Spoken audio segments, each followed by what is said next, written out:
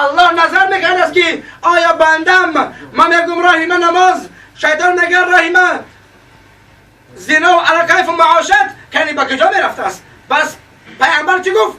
فتقوا الدنیا، از دنیا شما بترسید.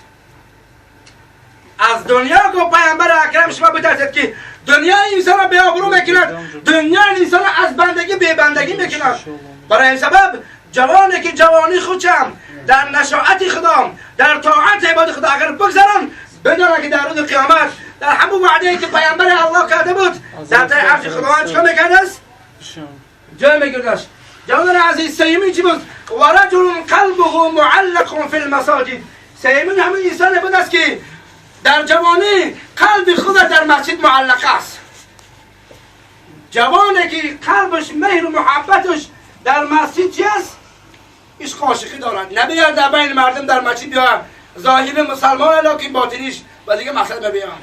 جوان عزیز الله هم ظاهری ما و شما را و هم باطنی ما و شما را حق بگردانه که والله در روز قیامت شرمنده میشی. برادر من باید یک قصه میکنم. یه روز جناب رسول اکرم صلی الله علیه و سلم با همراه حضرت ابوبکر به نزد قبرستان میگذشتن. پیامبر اکرم گفت که همین دو قبر گفت عذاب کردن. ابوبکر گفت که